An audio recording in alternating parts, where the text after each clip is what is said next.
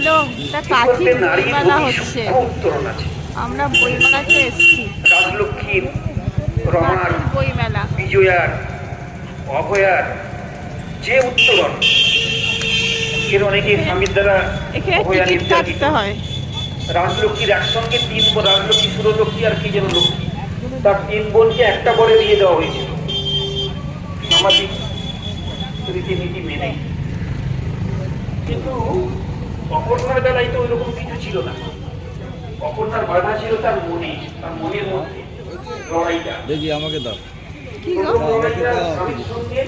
দেখাতে হবে, এটা দেখাতে হবে। মন্দিরের দেবতা নাকি স্বামী, তাকে বেশি সে প্রাধান্য দেবে। তারপরে যখন সে বিধবা হয়ে গেল, তখন তার প্রণয় স্বামী আর শক্তিনাথ বলে যে ছোকরাটা, তাকে দীর্ঘদিনে সব দোকান বসছে। লড়াইটা বোঝা যাচ্ছিল। যিনি স্বামীর, যে স্বামীর প্রতি যতটা ভক্তিমান ততটা প্রণয়বতী নয়, প্রেমবতী নয়। সে যখন বিধবা হলো, তখন শক্তিনাথ যখন তাকে ওরা দিতে গেল ওই দিলখোশ বা ইত্যাদি, তখন সে কিন্তু দূরে ছুড়ে দিল।